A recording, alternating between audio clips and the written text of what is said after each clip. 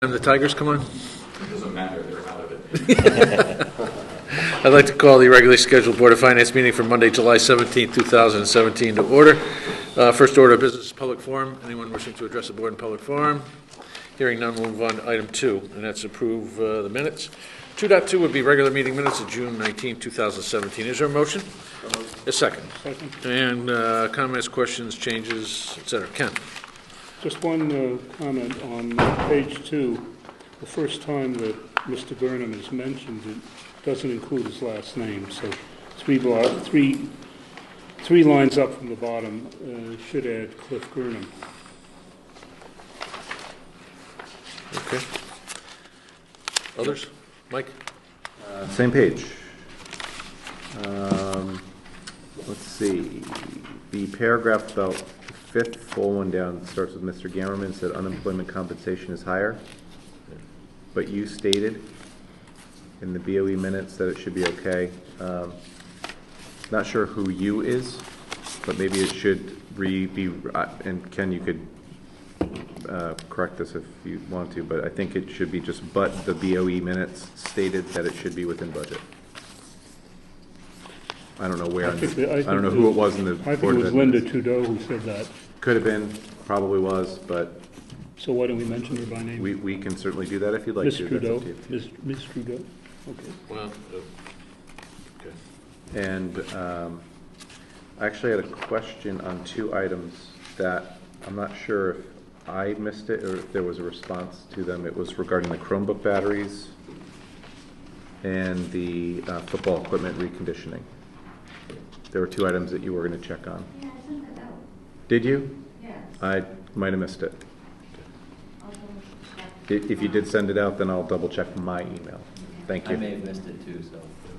Okay. If you could maybe just resend it to the board. Sure. Great, thank you. That's all. Any others? I have not a correction so much as maybe a question or a going forward clarification. So on page 5, at the top, there was a discussion regarding capital budget remaining, $212,000. And the next paragraph discusses that Ms. Malvezi states that there had been a moratorium, but that had been lifted, and so the money will be spent. But I think we subsequently got a note from the first selectman that due to the circumstances in Hartford, the brakes are back on. I'm presuming that applies to that, or is the capital going to be spent? Last year's or fiscal 17 capital was released. Fiscal 18 capital has been there's been a hold on. So that statement is correct in the minutes. So the to-do list from last year's budget, 2017, has been addressed? Correct. Okay. Anything else? The only other change I would make is on our agenda, it says regular meeting of June 19th, but That's correct. that meeting was Yeah, postponed a 26th. week, so we should make it June 26th. Anything further on minutes? Call a question on the minutes from June 26th, 2017. All in favor? Aye. Aye. Opposed? I abstain. I was not here.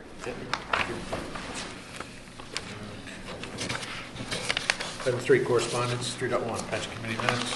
Any questions, comments, etc.?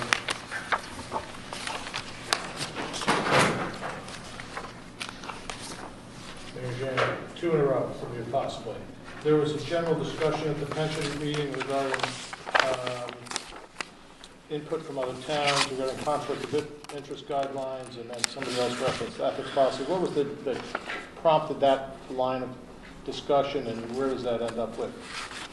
Very last thing that the pension committee has to do to finish their policy is their statement on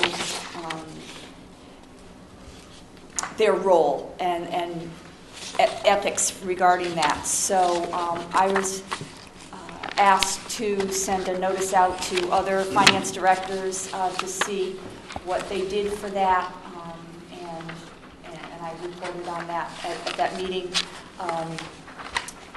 Very few, I'll have to say almost none of other cities and towns with pension policies address that issue. They all address it through their personnel policy, through their ethics, regular ethics policies. So the pension committee will be reviewing what they do with their policy. Okay. So no decisions made yet. It's in process. They're evaluating what to do. Correct, correct, More to follow. yes. Okay. Wednesday. Others?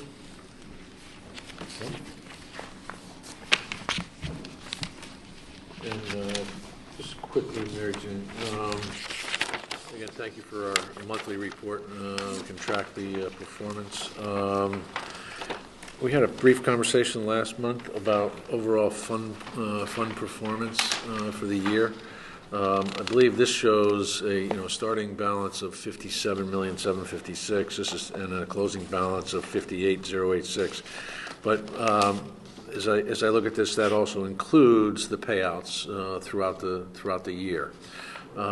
Is there a way to back into how close we got to the target number? If you take the payouts out of the equation, or that column of pension Right. benefits, for the year, we're at 6.4%. 6.4. Thank you. As of June 30th. No, as of this May. report. As of May. Right. And our target, again, 6.5? Is it? Is it 7? It's still at 7? Okay. I thought That we had... hasn't changed. It has not changed?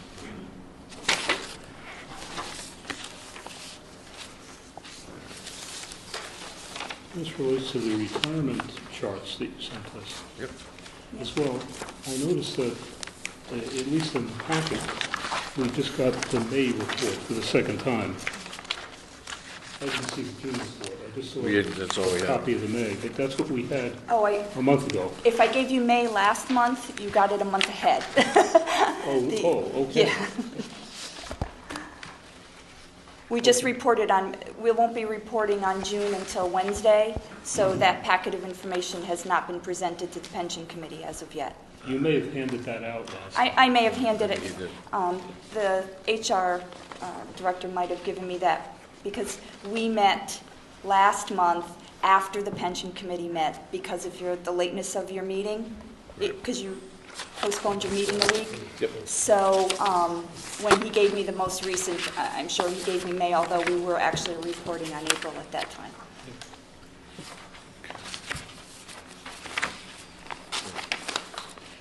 All right.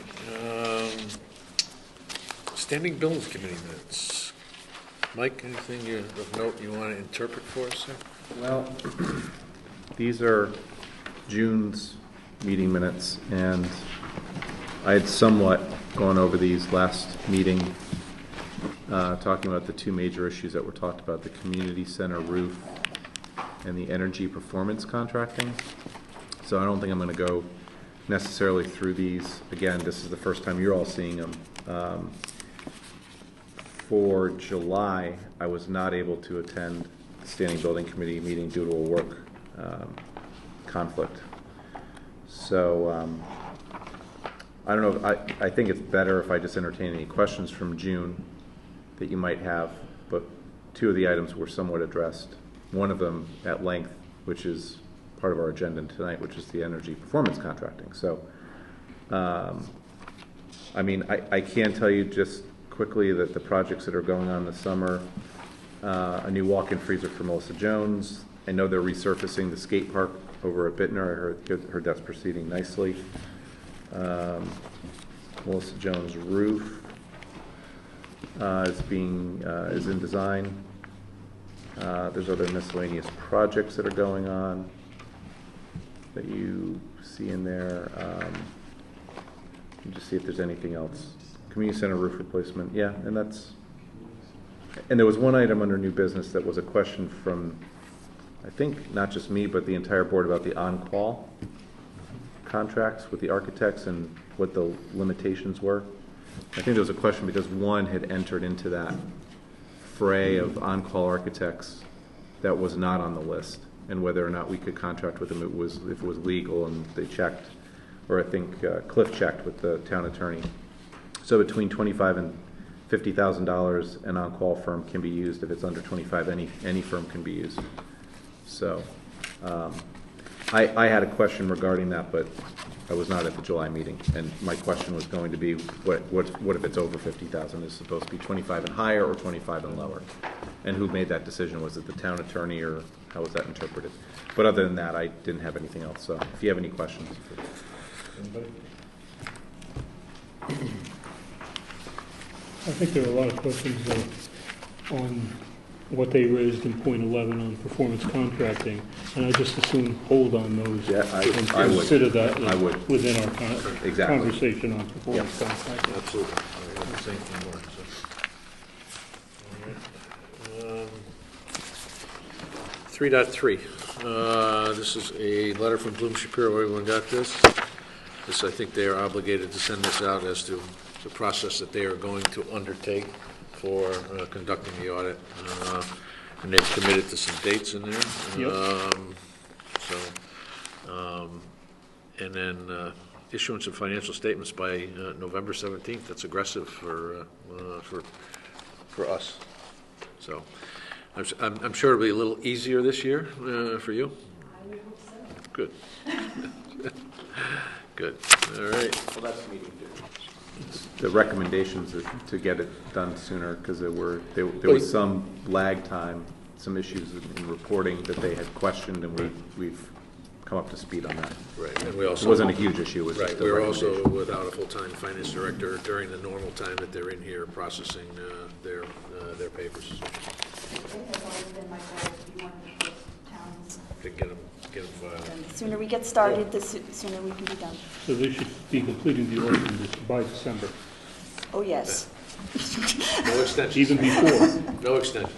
One item that's in there that, I don't know if you've got haven't had any experience with other towns, but the cybersecurity threats. I know in my world that's becoming an increasingly unfortunate occurrence where emails get hacked, wiring instructions get transferred. So I don't know what type of coverage we have with in terms of protection if something like that would happen, if town's database were corrupted or funds were sent to the wrong destination. And I'm not necessarily saying we need to make that investment now, but I think it's happening often enough that it's something that we might want to examine what our policies are and what coverages we have in place to protect against something like that from happening. I can't speak specifically as to our policy right here, but I do know that we went through an extensive question and answer survey from our insurance carriers on that subject, and what our policies are and our procedures for insurance purposes. So I know it is being addressed. I can't speak to what our coverage is right this second. Sure. No, and I didn't mean to put you on the spot. No, It's just but something that I think we need to I be do know that since looking I've, into. since I've been here, I've had to go through that survey, so. It's a requirement for insurance companies to cover, to give you coverage. You cannot get coverage without filling out that form. Correct. That form. This is not the first time that Bloom Shapiro has brought cybersecurity threats to our attention. A couple of years ago, when we engaged Bloom Shapiro to take a look at the IT infrastructure globally within the community, Board of Education, police, and also the town, cybersecurity was clearly an issue that they identified as that should be of concern to us. And it should come as no surprise to anybody that the last paragraph under cybersecurity is that Bloom Shapiro offers a range of services to assess and remediate. So it. See that periodically. Periodically, you do.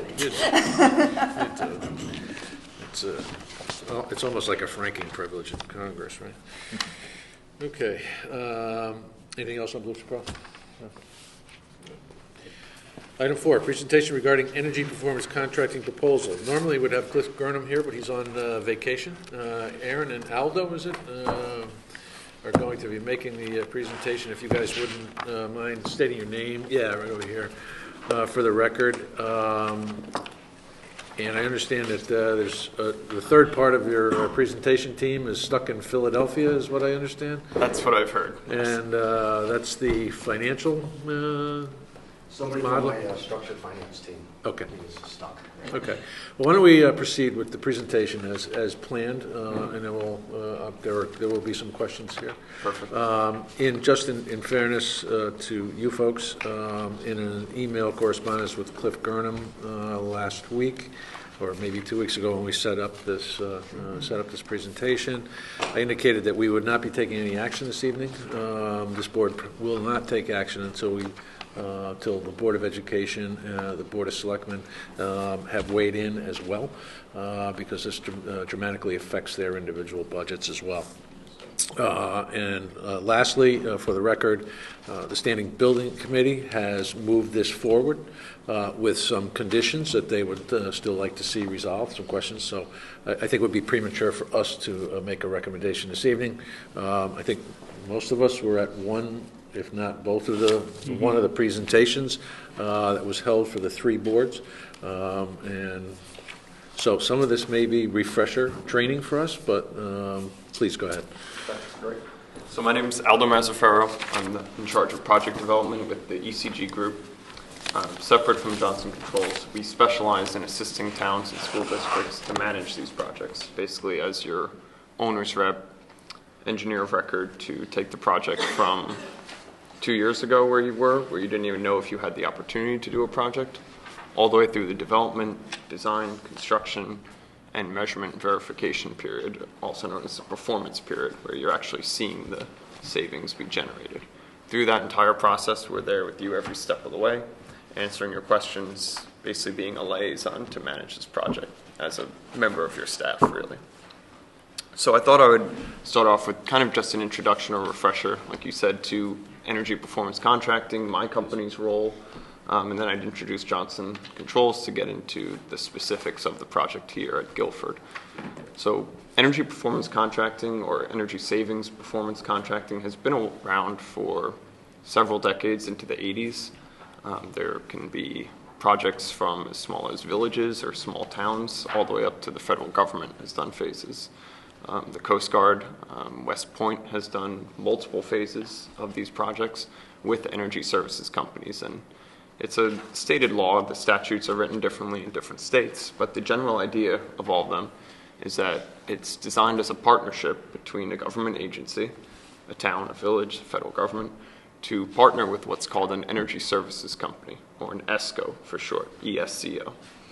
These are companies like Johnson Controls, Honeywell, Siemens, Noresco, Ameresco, large engineering firms that specialize in this type of work. They come in, they audit that government agency's facilities, looking for energy savings opportunities, identify the impact of making this scope of upgrades, and quantifying what that energy savings or fiscal guarantee is looking like, what the savings are going to be generated by implementing these upgrades. And they guarantee the performance of those systems. Now, these projects are made up of fast payback items that are driving the project and slow payback items that don't exactly have a return on investment, something like a roof or a window upgrade or boilers, that you're not doing it to generate the savings, you're doing it as a capital improvement project for that facility. Just like you would if you're replacing a roof on your house, you wouldn't look at what the energy savings necessarily are, you'd be looking at the capital improvement of that asset into your portfolio. So these projects are designed truly as a funding mechanism to address needed, documented capital upgrades in your facilities, and that's exactly how we go about developing these projects. And that's really been the conversation for about the last 2 years, when I first started talking to Cliff Gurnham actually about this type of initiative and looking into exactly what the opportunity is in here. So the first step that my company took is a preliminary feasibility study where we pulled together all of your energy bills, looked at the potential existing systems in there, what the potential upgrades could be. Really, it is a feasibility study to determine, is this a good opportunity? Some towns we talk to don't have this energy performance contracting opportunity because they don't spend enough on energy.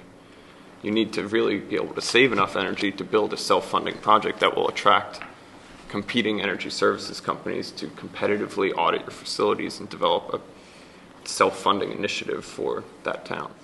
So we did that feasibility study. We were actually selected through an RFQ. We're qualified with the Connecticut Council of Municipalities to provide these exact services, owner's rep services, for energy performance contracts. And after selection, after being appointed as the winners of that process, we move forward into the RFP process for the competing energy services companies. We worked with your purchasing agents to basically develop an RFP to solicit energy services companies, just like Johnson, to come in and develop site-specific audits at their risk in a competitive nature. I think it was about a 6 to 8 week process for them to really get into every school district facility, all the town facilities, to really be able to do specific unit counts on what that real energy savings opportunity is. They submitted competitive proposals, self-funding, following all the parameters that we set forth in the RFP. My company took those and broke them down. We assisted in basically a technical financial evaluation. We're looking for quantitative pros and cons of each proposal to basically assist the standing building committee in making their selection. We don't make the selection. We're third-party neutral. We don't recommend to go with Johnson Controls or Honeywell on any specific project. We're really just doing a quantitative black and white evaluation of each proposal so that when the standing building committee, for instance, makes their selection, they have specific reasons for why or why not. So they selected Johnson Controls, I think, in the fall of this year, probably 6 to 8 months ago. Since then, Johnson has refined their RFP proposal.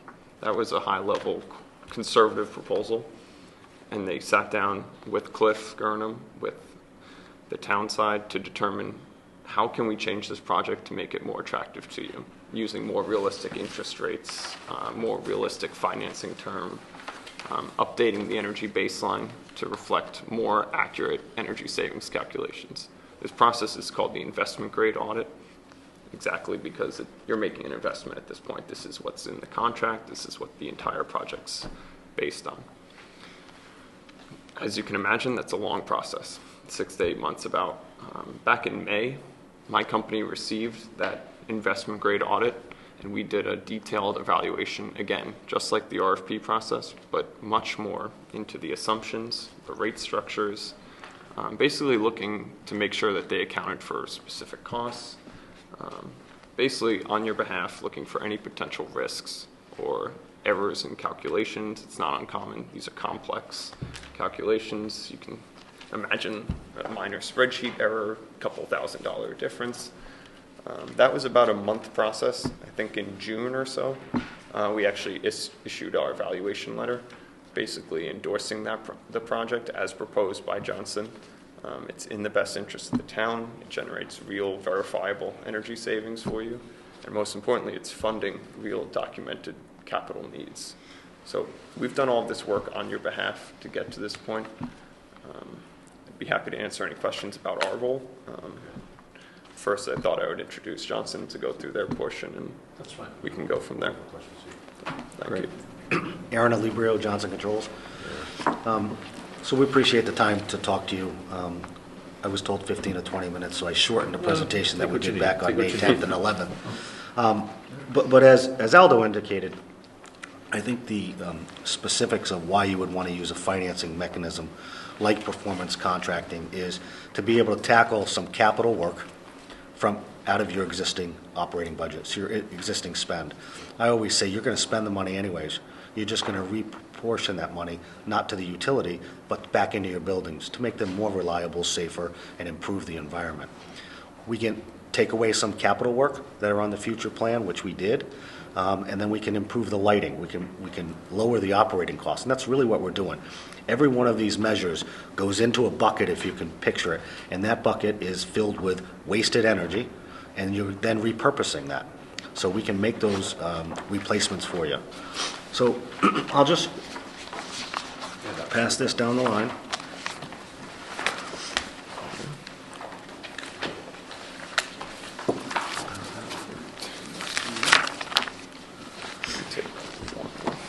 Sorry. These are all, yeah, just one of each. You can pass that too. There's the first 3-page handout that I gave you was taken from the proposal that we did back in May. And if you look at that, it's just your existing utility spend shown in two different ways on both page 1 and page 2, and it's a little bit about the project impact. So as you're looking at the graph, you have the utility line that's building up your total cost of utilities, whether it be gas, oil, electricity, or propane, and you have a total amount of money that you're spending, and that would be before the project, like where you are now. During the project, when we get into construction, you have the green bar, which would be savings that's repurposed to pay for the energy efficiency measures, and positive cash flow, which was a requirement of the RFP. After, which is the third block, your utility spend is where you're going to realize those savings, for the life of the equipment, for the ongoing, of the project, if you will. So you're really not.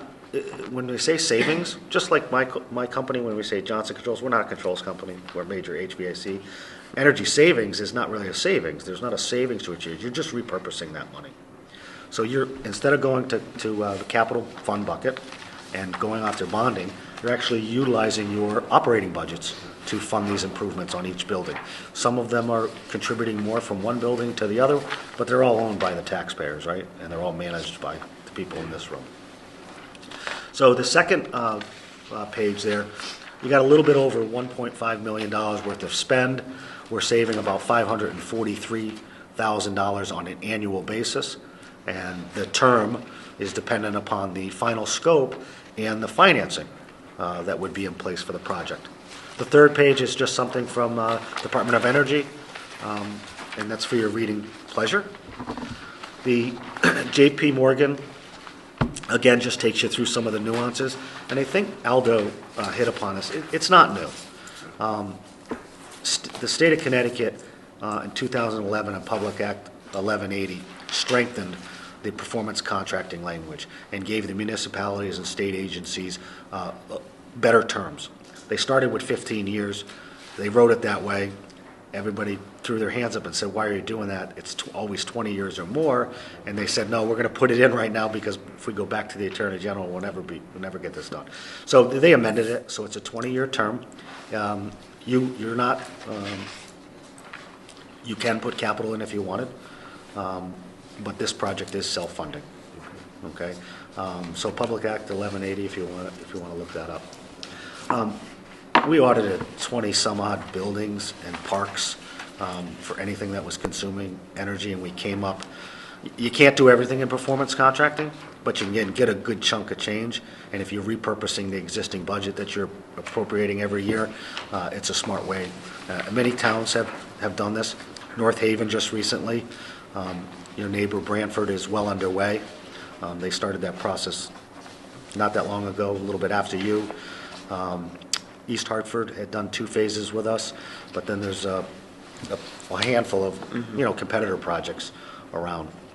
The state of Connecticut did the Department of Mental Health recently. We're engaged at the Department of Corrections. They've got another project that they're in the work on now. When you look at this from a financing perspective, you guys will have to weigh in on how you look at your debt. And how but it's basically year over year, there's an appropriations clause in the leasing agreement. I have only 5 copies. So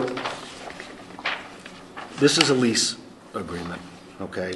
And they're typically funded through tax-exempt leases, okay? And that's the preferred method to do these, as opposed to bonding, because you have the flexibility to try to sculpt your payments and follow what happens with the energy over time. All the banks do this. There's 15 or 20 banks that specialize in energy performance contracts on a national level. I had engaged Bank of America early on just as a discussion. You've got great rating. You guys are very responsible. The rates were very, like 2.39 was I think the rate that you got. So it's a little bit more, but you don't have the outlay from bonding that you do in terms of the initial cost to get it out there. There's no cost on these projects. They are funded. They're set in an escrow. Johnson Controls is paid during the construction.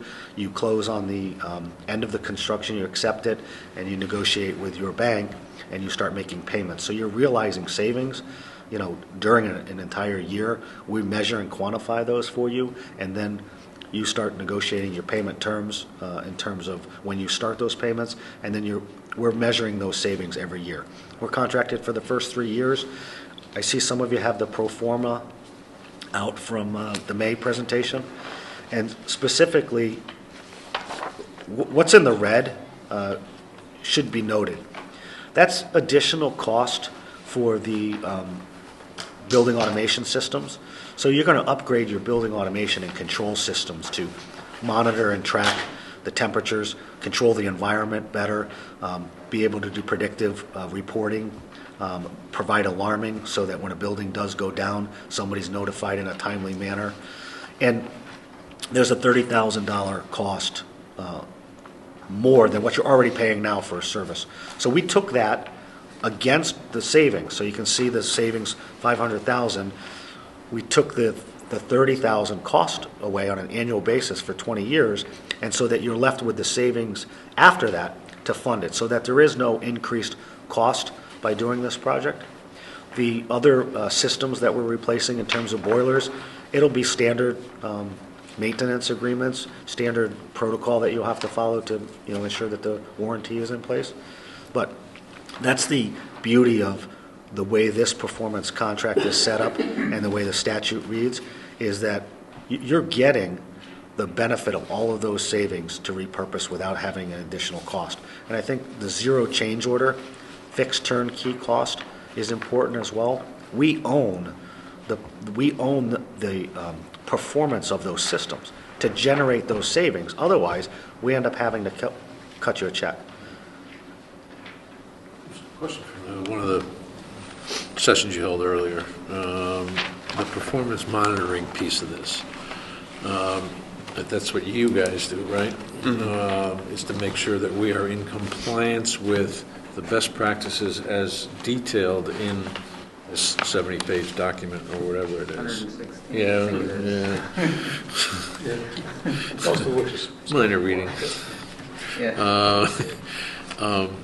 So it is contingent upon our performance as well, right? And our staff completing the as-defined processes and so forth, right? Right. On that point, though, what Aaron was just describing, the automated building system. Yes. Currently, right now, you have pneumatic controls in several of your buildings, which is an air-driven system, very maintenance-intensive. If it's leaking, it's not sending that air pressure to the valve, giving it the signal to open or close.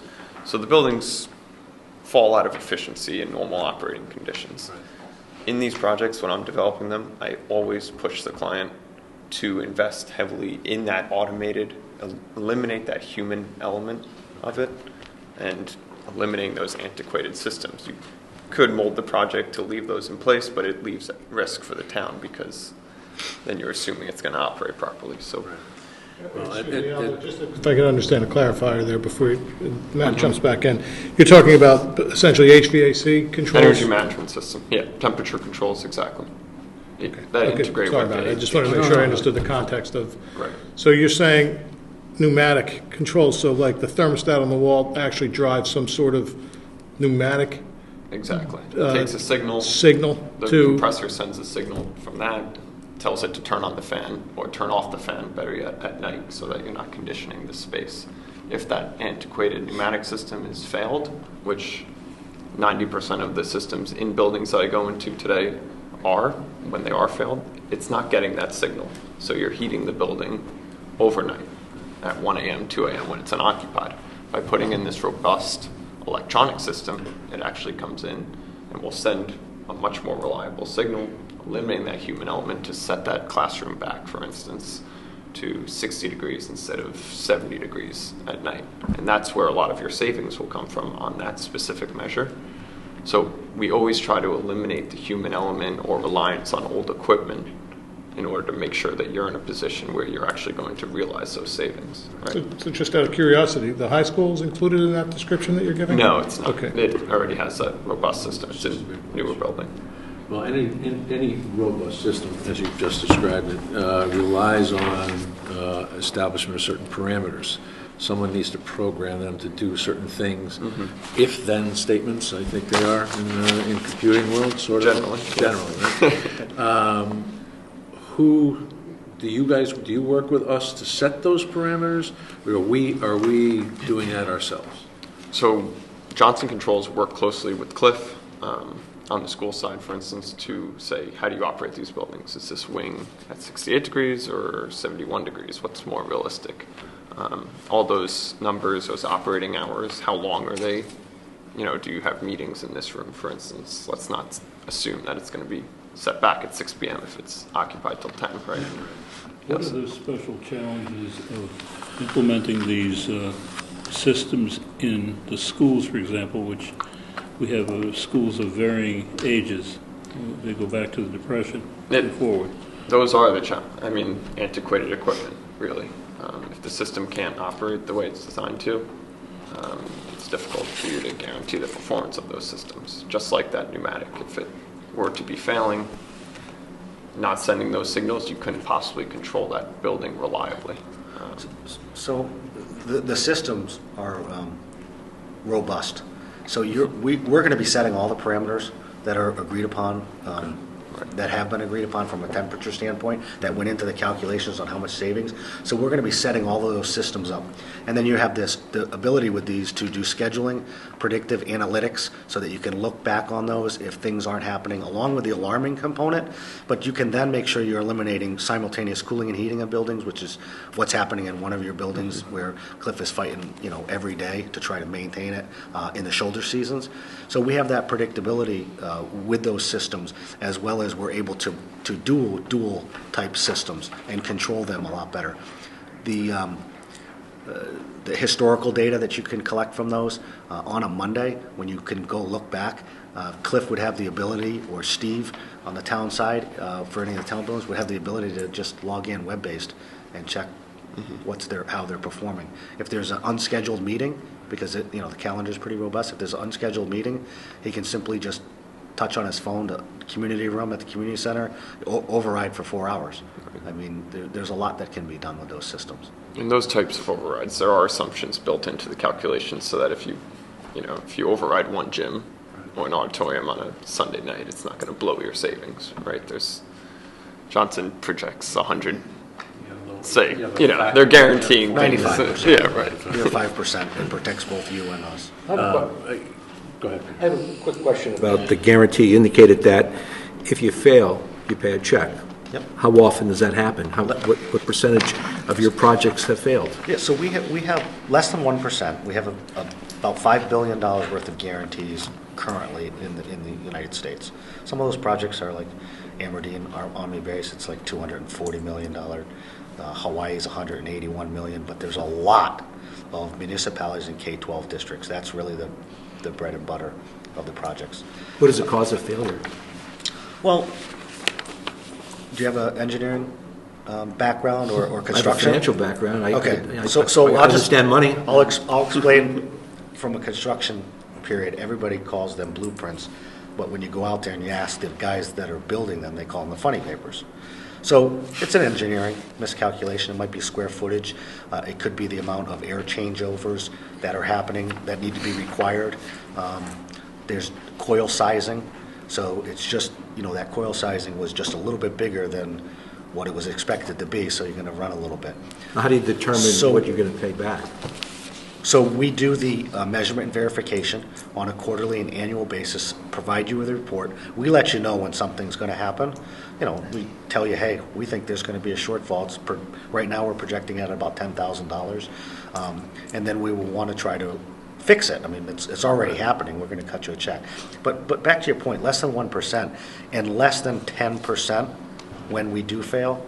So if you look at the miss, the actual dollar miss, it's less than 10% of the total guarantee savings. It's never a miss where all of a sudden 50% of the savings weren't going to be realized by the customer. For example, my company, we've done over 100 of these projects, and 2 of them that I can think of specifically. In one situation, the ESCO failed to meet the savings because they put in a domestic hot water unit heater for the kitchen, and in their energy savings calculations, they didn't account for the electric booster in the system that actually feeds 210-degree water into the dishwasher, basically. So they didn't account for that extra energy savings in that calculation or energy usage. They made that mistake. They caught it very quickly, made the updates. As Aaron described, they come back into the facilities and find more energy savings opportunities so that they're not continuously cutting you a check. But in that case, like you said, it was a small percentage missed, but it's something that they caught doing their report. They showed it to us. We agreed that that was the amount that the customer should get a check back for. Exactly. One of the points I think both of you have made, and I know Cliff made, and I did have a conversation with Cliff about this, to be careful to talk about future capital expenditure avoidance. We're talking about, if I have this right, lighting fixtures, retrofit and lighting, exterior lighting are about $2 million of the total cost. The energy system itself is $1.9 million. And then the renewable photovoltaic electric generation is about $4 million. So that comes up to about 6.6 of your 9.9 million. And some of these other smaller items would not be bonded items anyway.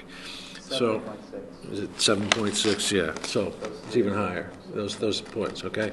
So I think we need to be careful in talking about avoidance of future bonding costs, because if you look through the list of some of the remaining items here, they probably don't rise to the level of bonding. They'd be out of the operating capital budgets. So it's just a word of caution. I know it sounds good, and in theory there will be some avoidance here, but when as high a percentage is locked into those three items, which are not necessarily would-be capital items anyway, down the line. Although there's an argument to be made, the management system probably needs to be done at some point again, because that's probably from. You remember this? The last time Johnson Controls did something in the community, which was about 28 years ago, somewhere around there. So that's probably the system that's going to be replaced, if I'm not mistaken. Right? Sounds about right. Good timing wise. Okay. Just to make sure I understand, can I go ahead, or you? No, go ahead. You mentioned a couple of things. I want to make sure I'm understanding this.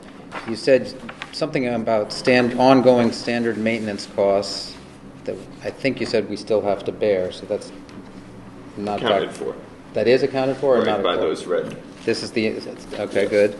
And then you said invest in an energy management system, which I think is also reflect. That's what we're talking about. That's in here. If we choose to do, that's you the said if we upfront choose, that's cost okay. to maintain the digital system. And then just on a simple big picture thing here, if our CREB payments, and correct me if I'm looking at this sheet incorrectly, if our CREB payments and our TELP payments total 4.5 and 7.8 or 12.3 over the life of the project, okay. That's just these two numbers here. And our total savings are 12.4, so it's a wash basically over the life of the project. So we've gotten your expertise and new equipment, and we're basically using the savings to pay for all of this. But in net, it's a wash. Right. How does that compare with this total project cost number on this page of 10 million, which is 2.4 million less than those numbers? So that's where does that 2.4 cost million of go? the initial upgrade.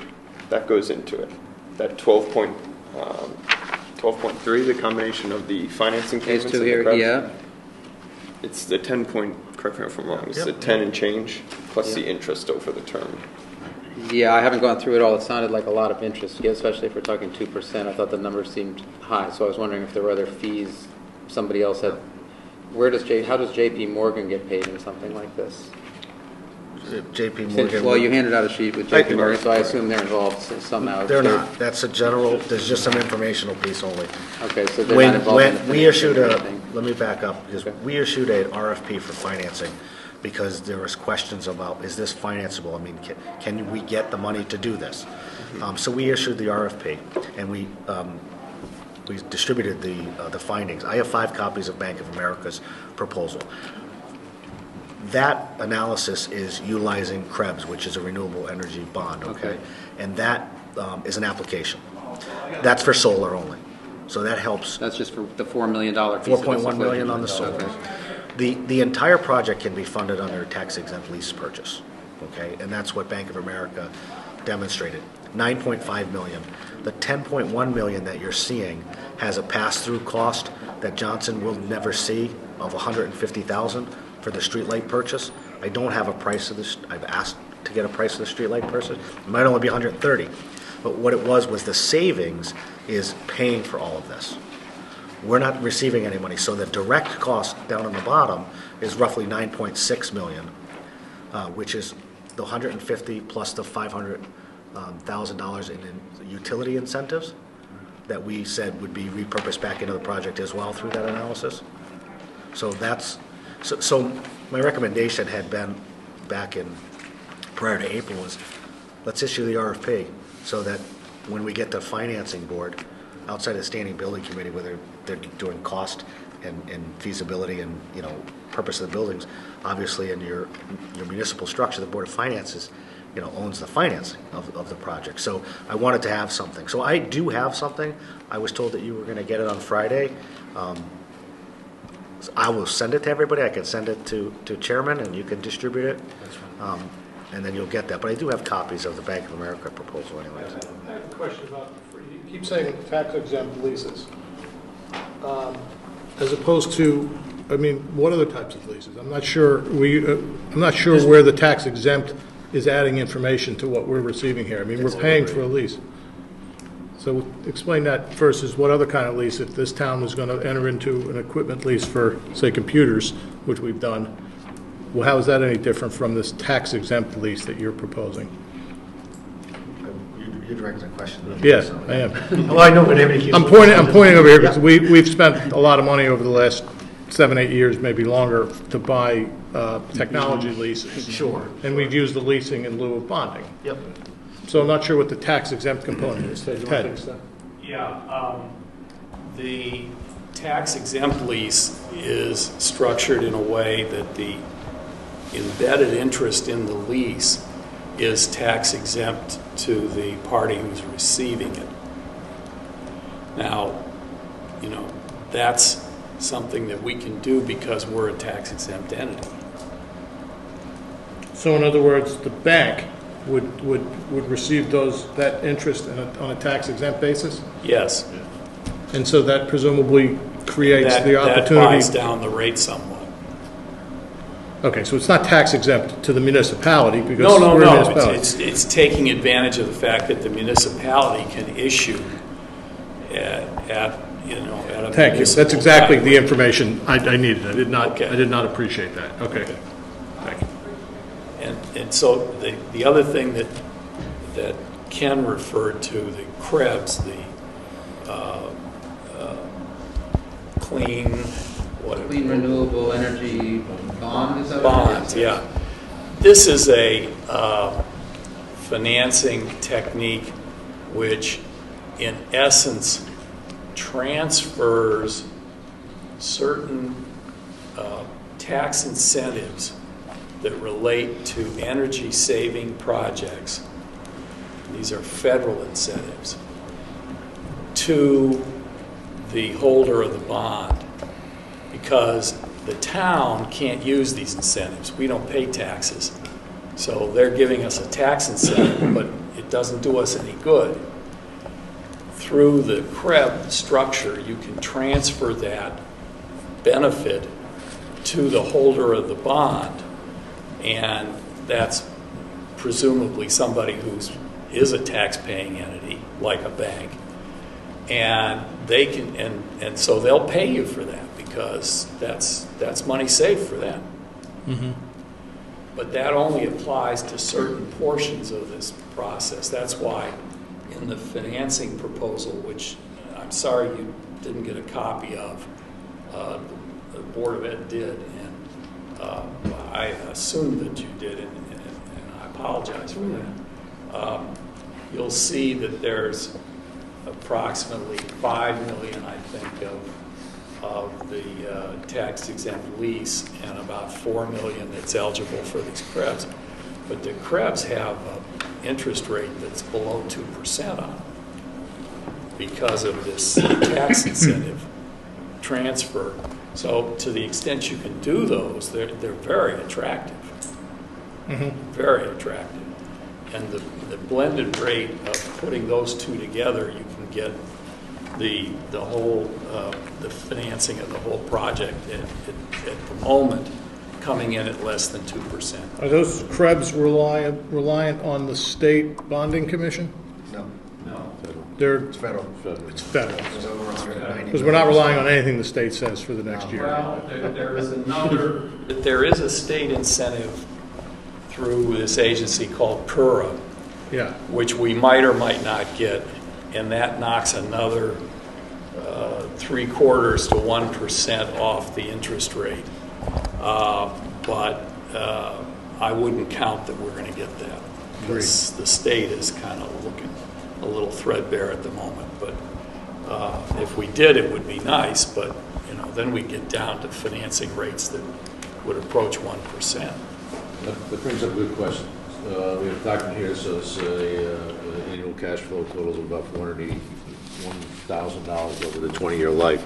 That $150,000 would diminish that?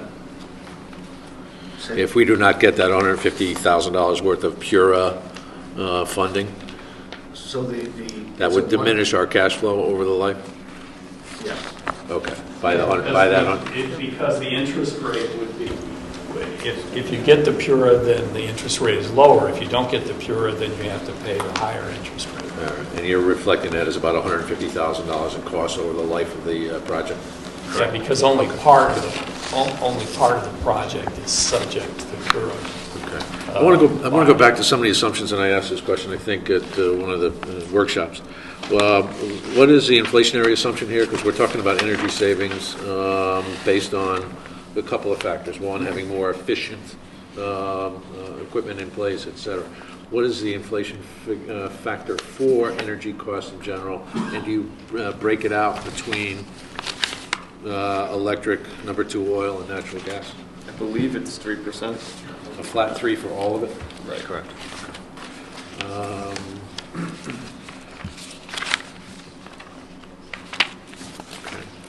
Under the terms of the lease, what exactly are we leasing? I get that question. It's not like you're leasing.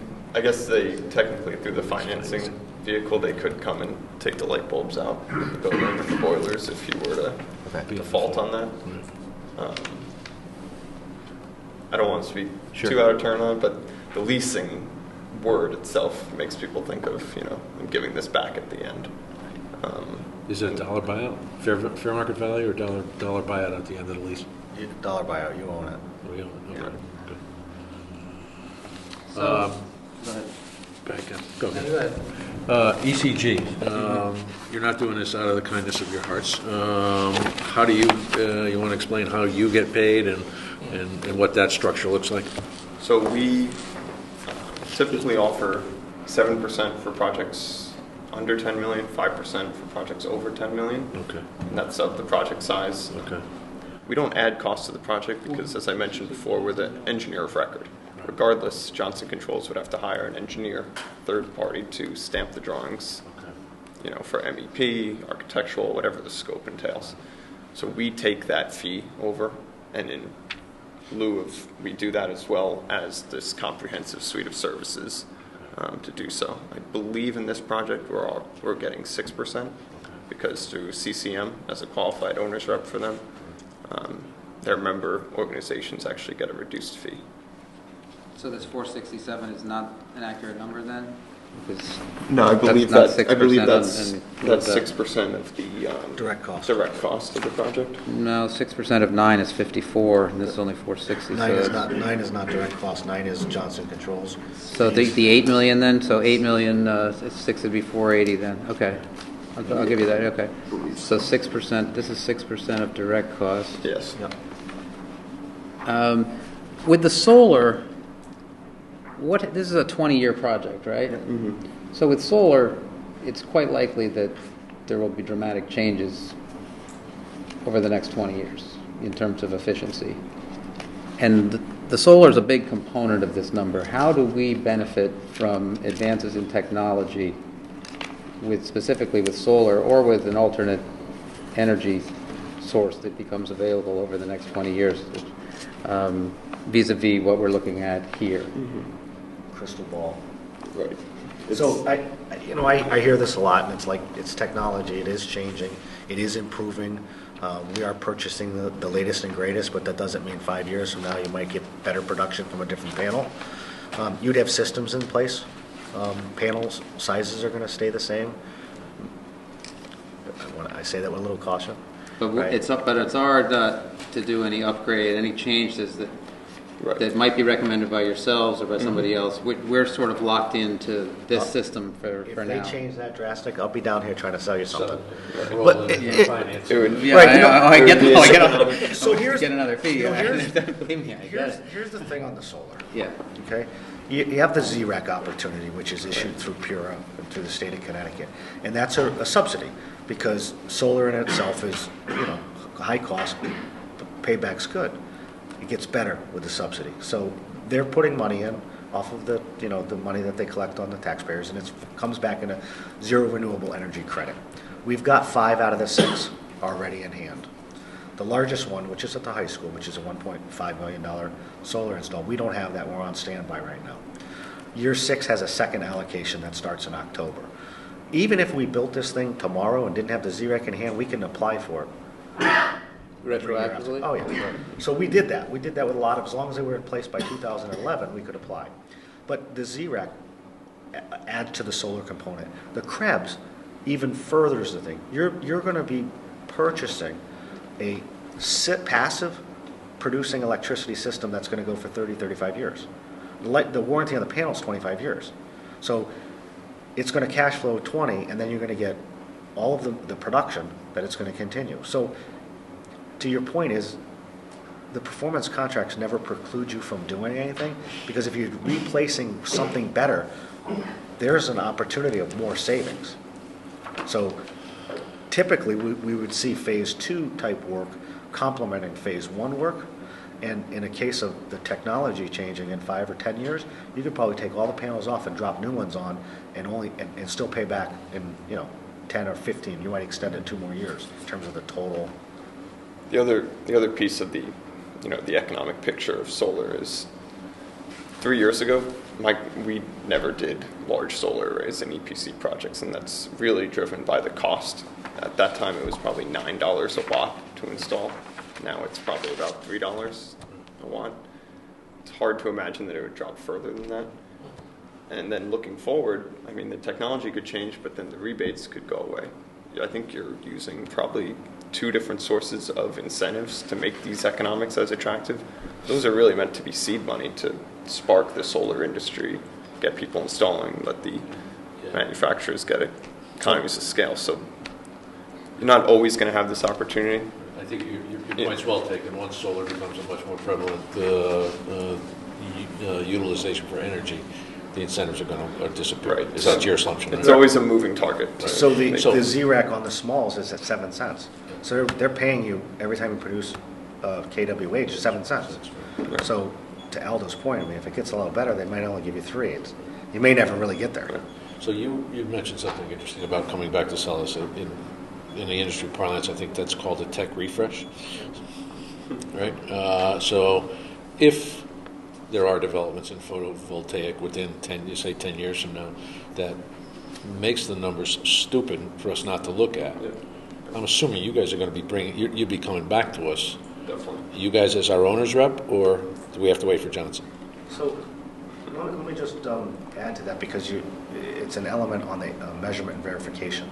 In that report, as we're looking at your systems and we're down here, we're intimate with the functionality of them after system, we're providing you with a report also with recommendations. Okay. So you would see it, as early as year 1, saying, hey, we noticed something else, that wasn't picked up on it, or we noticed this. And we always tell the actual facilities guys that the engineers work with, hey, I'm seeing this, what's going on? And the guy's like, I can't control the temperature, so I just shut things off. We're like, whoa. So there's a lot of education. One first selectman said, what I like about the M&V is I've got somebody else watching the hen house. And it's a point that, has never left me. Agreed. To that point, though, on the technology changing, Yeah. on Long Island, where my company's based out of, we have probably 8 or 9 projects up here in Connecticut, but done a lot of projects on Long Island, and we've several clients down there that we've done actually 3 phases of projects with, dating back to the probably 1995, and it really is driven by the march in lighting technology. When that, we did a project, for instance, with one district in 2008. We installed a T8 lighting upgrade. Now LEDs are viable. That T8 lighting upgrade has paid for itself. It's helped to fund those other projects. We're doing another upgrade to LEDs to further reduce that lighting energy cost, right, for those specific facilities. So that's something we always, as we see new technology come out, we always refresh and go back to other projects and see how that would work at that specific, for that client. So the ECG fee is 6%, the JCI overhead and profit is 15%, the JCI construction manager is another 6%. Correct. So that's 27%. Over what? 12 and 15, 27. 21 plus. Oh, including, sorry. The 6 and, Okay. 21 and 6. Right. What is that money gets paid out over what period of time? When is this? Is that the first? Is that a year? Is that 2 years? What is? 2 years worth of construction time. 1 year. Closing that out. So you'll be making payments factored into that cash flow. Right, that's all embedded within all those numbers. Is interest once the money starts coming out. All right, so you guys you meaning collectively, get your 27% in the first year, and we pay for it over you get your money up front, but we're paying for it over the life, I get it. What sort of personnel are interacting with the town, and with what degree of regularity are you guys sort of gone, or what happens after? After a year, what are we? And then my next question is really I'm trying to basically figure out where your margins are embedded. Is it all in the solar? Is it all in here? Because as Matt pointed out, you've got 3 big line items, some smaller line items, but clearly your overhead and profit, you've got some areas that are significantly higher margins than the others, and you may or may not have, that may or may not be determinable from the financial sheet that I guess the Board of Ed got that we didn't get, but I'd love to have more granularity to the extent it's there. Do you know the answers to any of those questions? Is that in those numbers? Ted? I do not know where the profit is embedded in individual capital items, no. I think the question that you raised about continued interaction with people from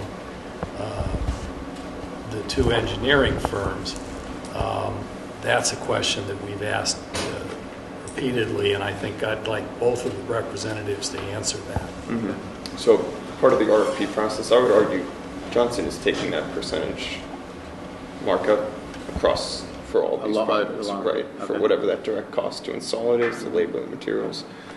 In the RFP process, when I think we had 4 companies propose, my first question always is please break out your direct costs, overhead, profit, construction management fees, to be able to compare and see who is taking these markups. Sometimes a company really hasn't won a job in a while, and they'll whittle that margin down.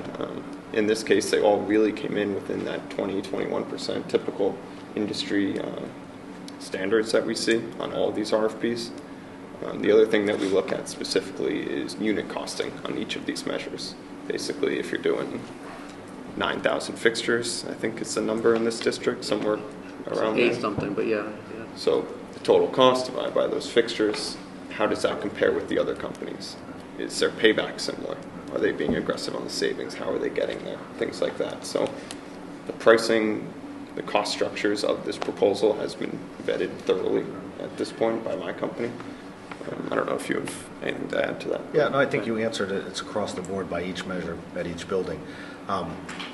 We can't do as what you said because ultimately there was more measures on there, and we can't do that because then all of a sudden we wouldn't have any project management money if it was all bundled into what I think you were asking. Is it all up in the solar? Where is it? So it's across the board, and that way it keeps us whole. When you select the final scope, when we got to the CEA and the final scope was selected by the SBC, But to the question on where we are, I mean, we're site supervisor, project manager, and construction manager.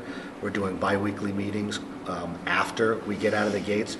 We're dealing with Steve on the town side, if he's still appointed as he was for the town buildings, and Cliff, and we're building a schedule that works with you. And then we're flexible, so that when we're driving, the schedule, second shift overnight, it's not, really hurting anything that's happening during the day. After that, the engineers are assigned. So we have a market team engineer that oversees an engineer that's assigned to your project to do the measurement verification.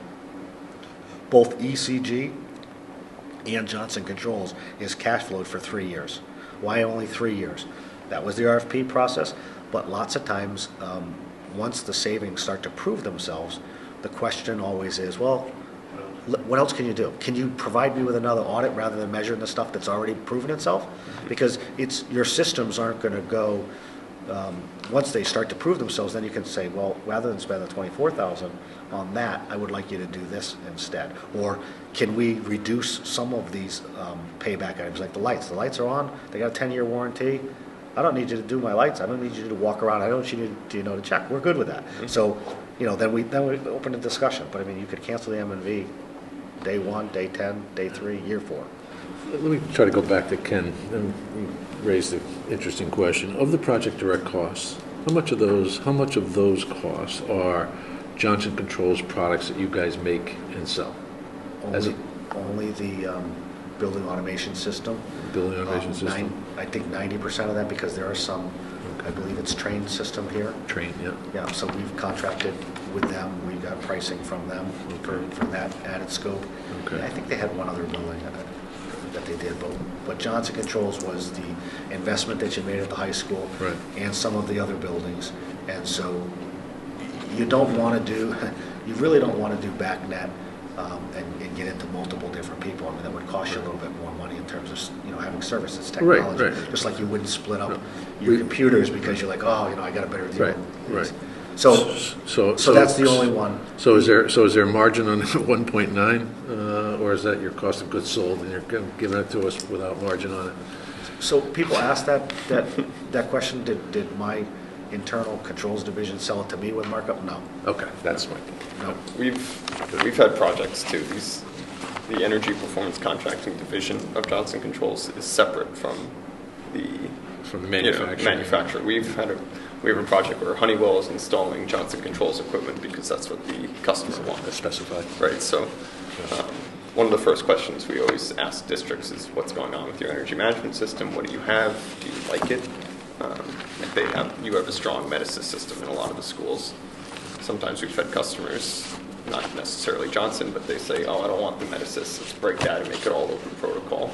Or can we bring in this building so that's one single dashboard? And at the end of every EPC project, it's a very nice, complete package of being able to see exactly what's going on in this specific building. Some customers have 4 laptops that they're wrangling with for 6 different buildings, right? It's important to note the board, as I said at the outset, the Standing Building Committee moved this forward, supporting the concept of performance contracting. My assumption is that is as presented with all of the variables, all of the projects that have been outlined. Correct. That this thing doesn't fly by starting to a la carte it. No. It's basically it's all or nothing at this point. Because of that aspect of the quick payback items, if you start pulling those out, the savings. I'm not saying we're going to a la carte. It needs to be understood that there are some things in here that somebody might say, why are we doing that? Well, because... Right. So back to the financing, the contract, 112, 116 pages, I'm not sure what it's at, but the contract allows for what I call build-up, which means you have the entire project, 9.9 million, minus the 500, so you're financing 9.5, but the contract language is there. And then there's notice to proceed, which means Board of Education says yes, Board of Selectmen says yes, Board of Finance says yes, issue the RFP, you can ink the contract, you get your financing in place, then you do the notice to proceed on the 5.8 million while the Krebs application is out there, and you do what is called a master lease. So Bank of America or one of the other banks, where they'll take out a master lease for you, and you hold the ECM 24, which is the solar, until you get the Krebs allocation. Or you don't get the Krebs and you say, well, we're still going to move forward with it. And then you end up closing on the total. If you don't move forward with it, you've never handed Johnson Controls the notice to proceed on the solar, in which case we're only doing the energy efficiency work. So that's the way the contract has been built. Part of that was we only had 4 small ZRECs. Now we have 5. We have the medium one, and we're in a holding pattern on the large one. But that was why that instrument was carved up that way. There is there's a time clock. The solar needs to be operational April 1st, 2018. Doesn't mean we need the contract done tomorrow, but it's still out there.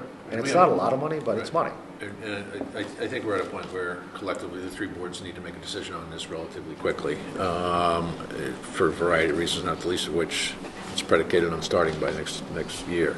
I'm going to leave it to some of the much smarter people than I am to talk about contract issues, and I know that Chairman Bloss has had some questions on the contract itself, and I know Lou's had some as well, but I'm not sure that this is the appropriate... I do have just a couple quick questions for Aldo before we wrap, if I can. That's fine. Feel set? Yeah, go ahead. So Aldo, so at the beginning of your presentation, and thank you for all the information you've given, it's helpful, you described your company's role as being essentially the rep for the town, right? But do I understand from what you've described, maybe this is in the RFPs that didn't come through, ECG is paid just this 6% that you've described, there's no direct payments from the town to ECG? No, we would be technically a sub to Johnson Controls, so that you guys never have to pay out of pocket. We haven't been paid for the project at this point. I'm hearing that. So there's a percentage of this percentage. Right, exactly. For the savings. Okay. I feel better if you were sitting over here, actually, next to Mike, facing that way. I always debate my seating arrangement. Right? So just out of curiosity, you've described that there's about 100 projects that ECG has altogether, roughly, right? Yeah, in your experience? About what percent would you say is with Johnson Controls? Say about 30%, maybe 40. Primarily because they're a prolific competitor on Long Island. Mm-hmm. They've probably done about 60 to 70 districts. We haven't done all of them on Long Island, but they're the large majority, and that's where our company started about 15 years ago. So, and so for yourself, though, how much of your work is for companies other than Johnson Controls? I probably have 10 projects that are in various phases of development or design that are inactive. That's loose numbers. And off the top of my head, I couldn't possibly tell you exactly what it is without going and look up my spreadsheets, but probably about 4 or 5 of them are Johnson Controls. So that percentage holds about true. Could you explain two of these cost categories in this little box you have at the bottom? You have 467,000 plus as the ECG fee. That's their fee. And an identical amount for the JCI construction manager. Is that one and the same? It's 6%. Just the Sorry? street. It's a 6% That's the fee. same. 6%. Right. So the percentage is the same. If the dollar amount was different, as Aldo indicated, it might have been 7%, in which it would have been the same. Okay. Anybody else? We good? I think we have some questions that we need to work through with legal, et cetera. Who actually is the approving authority on this? I'm assuming this is a lease purchase, which the size of which I've not seen. The Board of Education has entered into lease purchase agreements on their own for the technology leases, but because this is both the town and the board, which is going to create another set of discussions, which is who pays which piece of this through the process, in some kind of agreement, because if we're going to be focusing on schools first, is the town going to get the energy savings, or, where do those energy savings go to? Because we have a bifurcated budget with the Board of Education having, a budget, and the town having a budget, and energy costs on both sides. So that's work that we have to do, and to try to figure that out. Typically, if it's a bond over $1 million, it has to go to referendum. I don't think this has to go to referendum because it's a lease, but that's not my call. That'll be, we'll have to go to bond counsel, and we'll have to go to legal and determine what processes we put in place here, based on what our charter calls for and the state statutes. So that's housekeeping stuff I think we need to be aware of and start. Is that considered a lease or is that considered a bond? Still a lease? It's a bond allocation, but it'll be run Through the lease? through the master lease. That's, This is you guys, they're issuing municipal bonds with the good faith and credit of Guilford, or? I don't think so. Yeah. Because that's a bond. yeah. That's a municipal bond. It would fall under, when I talked to Bank of America, she said she would do a master lease for this project. Then they would be authorizing and taking care of the Krebs. Right. And so the master lease would be where the bulk of the $9,900,000 would come from? You could do, Is that the you is that could the do idea? just a tax exempt lease and finance the entire project. Okay.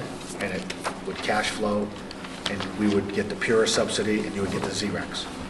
If you want to make the financial sweeter, you would make the Krebs allocation for the solar. So we could divide that any way we want. If we happen to have general funds for a portion of that, we could do funds. Yes. And as the town has very carefully crafted, our bond schedule, there's basically three columns. There's general funds, there's grants, and then there's bonding. And this would be, in a sense, a subset of that bonding because it's leasing in lieu of bonding, right? Right. So I put out there several times, the finance director at North Haven and the finance director at East Hartford. East Hartford is very well versed. Actually, Mike Walsh was actually with the state going around talking about performance contractors. He was on their panel. And he will walk anybody through it. He's happy to. So to your point, they did a tax exempt lease to start. Then they went out for QECBs, and so they refinanced. And then TD Bank came in and wanted to get into the game, so they bought out and refinanced that phase one, and then they did a phase 2 and a phase 3 and a phase 4 on solar.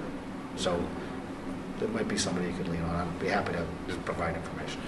I feel like talking And to the North increment- Haven and Just to re-clarify, the incremental benefit of using the Krebs was about $150,000, is that the right, or is it more than that? It's more than that. It was like 1.2 million. I think. Oh, it is? Yes.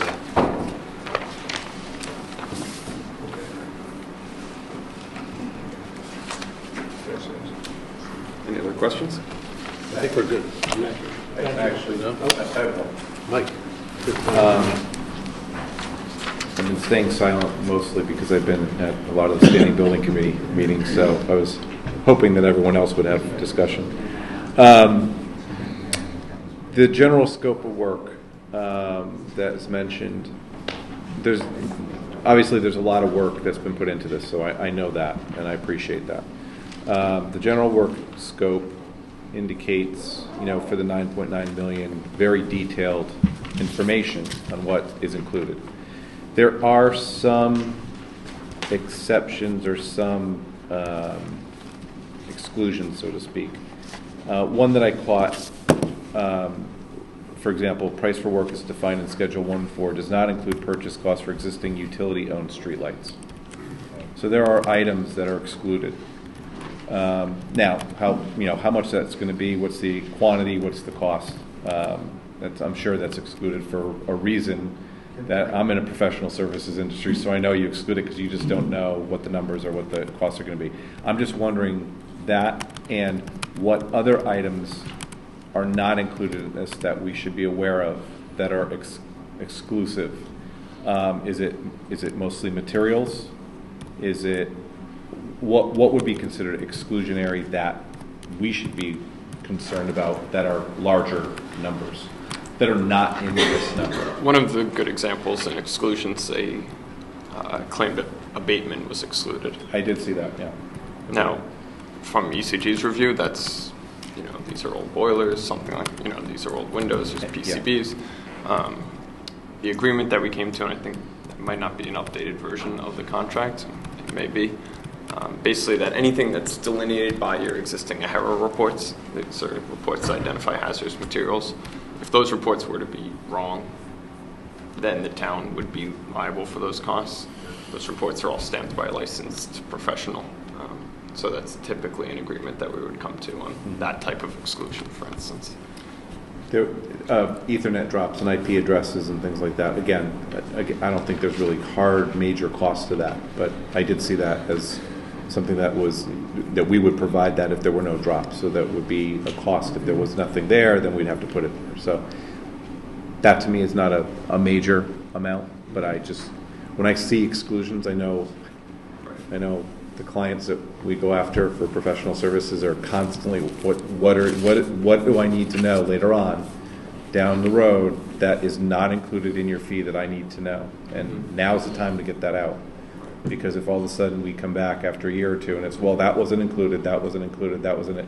The scope of work is this 3/4 of the contract. Right, exactly. And with the exception of maybe me, and even I don't understand a lot of this in terms of the fine-tuned detail. I mean, I don't even think a town attorney would know. So I just want to know now, being somewhat in your industry, if there's exclusions, I want to know it now. And I'd rather have it be upfront what those time, material, labor costs might be than find out later down the road. And there may not be many, if anything, except for the ones that were mentioned here, and that's fair. I can tell you, I agree with you. A lot of attorneys who aren't technical, they're not. It's really why we developed our scope of work, to come in and assist agencies to manage these projects and review these contracts, because that's what you're agreeing to. And exactly. that's your expertise, and I don't question the scope of work. I can tell you, I do question what's not in the scope of work. Right. So we've done a review of those exclusions. I can look into anything do another thorough review of it and give you an estimate of, something like an Ethernet drops, but that's typically something that we allow our clients to pick up to do. Like I could see utilities, I could see hazmat, environmental, and I could see internet drops.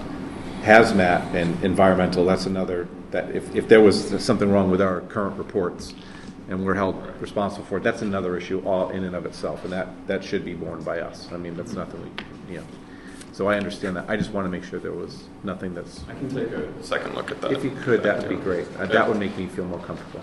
Okay. Thank you. I see a footnote on this page that I just looked at with the Krebs subsidy. It says assumes that the 4.1 million to qualify for the buy-down. It says EverSource determines the actual amount. Why does EverSource determine making On the that pure charge? subsidy, the 1%. Yeah, how does that work?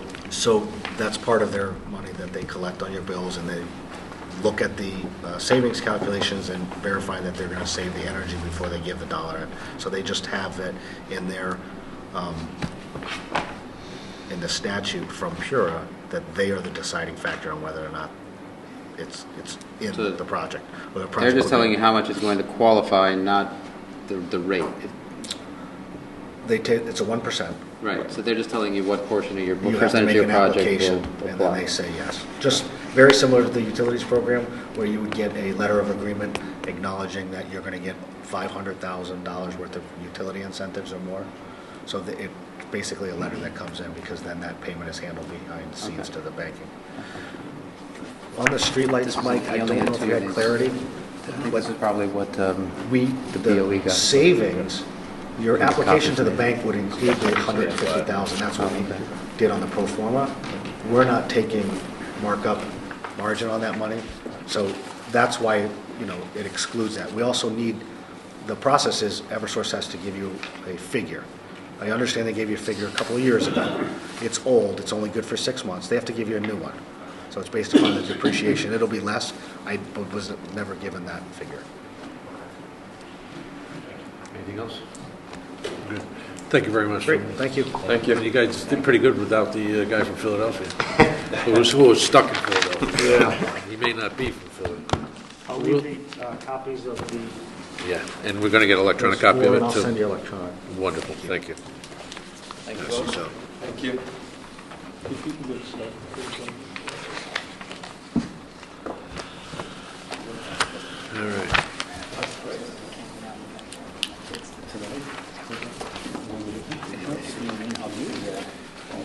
All right, item 5, review and accept the report of expenditures for the Board of Education for June 2017. There's a rumor that this is going to be an abbreviated Reader's Digest version of your presentation. It's up to you guys.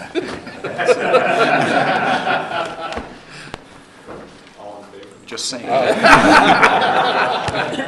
I've done this before. I would just like to remind you, gentlemen. So if I can give you, I'm just going to give you a couple of quick district notes before I get into the financials. One is that there was good news and bad news from Guilford Lakes School. As you know, the good news was that the Guilford Lakes won an award from the Connecticut Association of Schools for one of the top elementary schools in the state of Connecticut. The bad news is that apparently brought the principal of Guilford Lakes to the attention of the Connecticut Association of Schools. They offered her a position, Jill Hale, in an executive job, so she is going to retire as Lakes principal and take a job with the Connecticut Association of Schools. The good news, though, as unfortunate it is to lose her, because she's really done a great job at Guilford Lakes, Dr. Freeman and others have been out recruiting and seeking applications. We had dozens of applications for the position, no guarantees, but it looks like we are at least angling toward having somebody in place by the beginning of the school year. And so I think I was involved in the search for the assistant principal at Adams, and I think we had over 100, I forget the exact number, but 130 applications for the position. Guilford is a destination district right now for teachers and for administrators, so we feel good about that. The other thing is, and you'll know this before the Board of Ed does, depending on...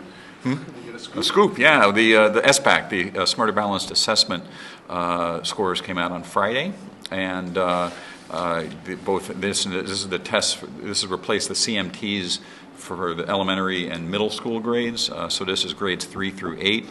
English Language Arts, we are at 78.1% of students reaching grade level of 3 or above the target. That puts us in approximately 15th in the state of Connecticut, really within 2 points though of 5th place. It's the banding is very tight, and I don't want to get crazy in terms of the difference between 12 and 15 or 15 and 18. It's just not that big. But the fascinating to me result was in math. 75.6% at level 3 or above, which is in 5th place in the entire state of Connecticut. And that shows real growth. I think we were all expecting that there was going to be some growth, but that puts us, I'll just give you a couple of districts that are below us now in terms of the math achievement scores: Reading, Easton, Westport, Avon, Farmington, Glastonbury, Weston, Woodbridge, Greenwich, Ridgefield. So that's 3 through 8. 3 through 8. This replaces the CMTs. So, I think the emphasis that we've tried to make in improving math instruction in particular, and the new curricular materials, and moving toward coaching and the coordination of instruction between grades, that's a fabulous result. It's fabulous, and we obviously want to keep moving forward, but I think we've moved farther than I thought we might in a shorter period of time than I thought we might. I think we're all excited to be here, but it happened much more quickly than I think. That's great. Now we've increased our profiles in terms of the rank, but how about year over year in terms of the percentage number of students? Because I think I saw something in the paper that said statewide the averages were down. Yeah, the statewide and English Language Arts were down, which I think I'm going to, since we haven't had a presentation on this, my guess is Dr. Keene is going to talk about, it just kind of defies reality that scores went down in English Language Arts in the substantial majority of the districts. There's another complaint. Exactly. There could be a test issue, a calibration issue, a test preparation issue, where you've got that kind of systemic change. We'll see. We'll get down. And I should say, by the way, these are preliminary numbers. They are subject to some reanalysis by the State Department of Education. But yeah, that's certainly a point. But nonetheless, the comparative ranking, I think, is probably valid regardless. When you talk about other districts being down, or the rest of the state, right, were they using CMTs before as well, or so nobody's able to compare SBAC with SBAC then? Oh yeah, no, these are SBAC scores for 3 years or 2 years? 3 years. Right. Okay. So everybody was. So you do have these numbers then for last year and the year before. Sure. Okay. Yep. Absolutely. What's the impact of our math tutors on, Coaches. Coaches. math coaches, excuse me, on performance? Well, you know, How many have we had added in the past 2 years? You know, interestingly enough, I'm not sure that there's going to be a lot of effect on these specific numbers because this is 3 through 8. And so we really haven't used math coaches as richly as we have in the English language arts area. This probably moves more toward instructional improvement and curricular materials improvement and tying our curriculum very closely to what are the expectations that the state has and what they're testing in terms of what we expect a 3rd grader to learn by the time they are ending 3rd grade, a 5th grader to learn by the time they're ending 5th grade. I think that's the interesting thing, Mr. Gamerman, is that we may not have really see the effect of the math coaching yet. And so, you know, we're at 3/4 at level now between grades 3 through 8. I think it's obviously it's harder to move up once you get into these numbers. It's easier to move from 50 to 60 than from 75 to 80. But that's what we're working toward. I had the same question because your minutes from your meeting of June 12th reflect that you've hired your final math coach. Yes. So obviously that person hasn't had too much push on the stone yet. But so the other coaches have not been as significant in the lower grades. They've been in the upper grades. 6 through 8. We've had Right. math coaching in place at the middle level, 6 through 8 for the scores, the entirety of the year leading up to the scores in front of you. The math coaches in grades 3 through 8, and we will in fact be employing them K through 8, are not in place yet. So they will have future impact. I think the most significant change here, as Mr. Bloss said, has to do with the material change that was made 2 or 3 years ago and the instructional approach that we have taken broadly. Great. So, That is good news. so the 75.6 in math, what should I compare that with last year? 70. Oh, great, okay, wow. That's a huge percentage. And for language arts, the 78.1 was up from, No, or it's is that down. the same, basically? No, that's close. It was down from 81. But as I said before, almost everybody was down. For example, you know, we're Reading, which is just behind us in English language arts, went from 79 to 76. Well, Reading is an outstanding school district. But our move down wasn't as dramatic as the state's because we moved. It sounds like we moved up from something to 15th in the state. You know, I'd have to look and see where we were last year in 2016. I just don't know off the top of my head. We dropped a few points in English language arts comparatively, but we went up more. We went up more slots than we dropped in the English language arts slots. We went up further in math than we dropped in English language arts. And roughly, what percent of students took the SBAC test this year versus last year? Almost About 99%. Yeah, almost everybody. We have a very high. Yeah, I was going to say, Yeah. that's a big factor. Yeah, we just haven't had the kind of the gnashing of teeth that there have been in some districts about this because we don't put pressure on kids for it. We don't. It's all the pacing of it is very orderly. It's not. We don't teach to the test. We don't browbeat. We don't do any of that, and it's not a big pressure event here. I don't think. I mean, I believe that would be a fair summary. So. Anyway, so you got that information before the Board of Education. Thank you. So, just because we were here, came to see you first, that's all. Thank It's not intended to be any slight to the Board of Ed. It's by happenstance. So in not terms of planned. expenses, we had monthly expenses of $9.5 million approximately, as the memo sets forth. I suppose if I were you, I'd be interested in knowing where are we in terms of the annual budget and the rest of the warrants. You may have a less interest in or less short-term interest in. Pass that down, that's the projection memo that was handed out. Yeah, so we do expect to be in balance. We do expect to have a slight underspend. We did have to do some transfers between lines. Not unusual. We always have to do that. And once again, we are struggling to budget in special ed, and we say this every year, and it's always the same issues. Well, this year was a little bit different. There were some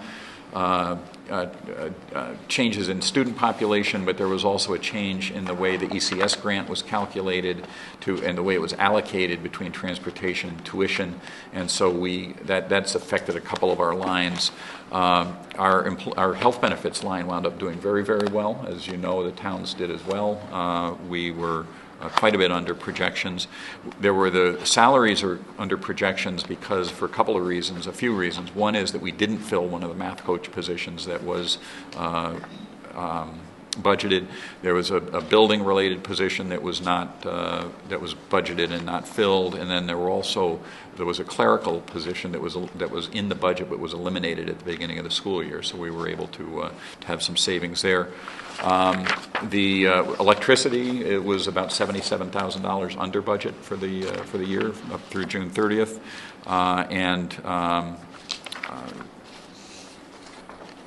effectively, we did have a lot of legal expenses this year, largely because we had contract negotiations with nearly every bargaining unit, and that wasn't accidental. We set it up like that three or 4 years ago, depending, because we were all worried about what the impact of the so-called Cadillac tax was, and so we set this as a time when we could try to figure out what was happening with that, and we have a little more certainty on that now because it was delayed. But that had an impact of not only raising our legal expenses for the year, but also meaning that we all had lots of negotiating sessions this year. We have 7 different bargaining units, and I think 6 of them we were in negotiations with this year. So I'll be happy to answer any questions, or more likely, Ms. Trudeau will. I got a quick question. I noticed that the projected disbursement for teachers' retirement sick pay is $267,087. How many teachers retired? You know the exact number? I want to say it was 12, but I might be wrong. I'll have to get that. It was 9 or 10. Well, actually, there's so one, roughly about 26,000 per. There was one Jill teacher. Hale. There was one. No, she's not even included in that because her retirement's not until end of This August. year? Okay.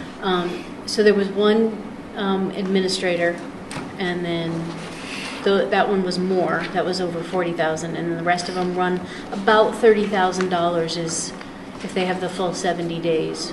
You know, most Americans don't have sick pay, as you know. And no Americans hired in Guilford after 1999 have this either. So, or any other nationality for that matter.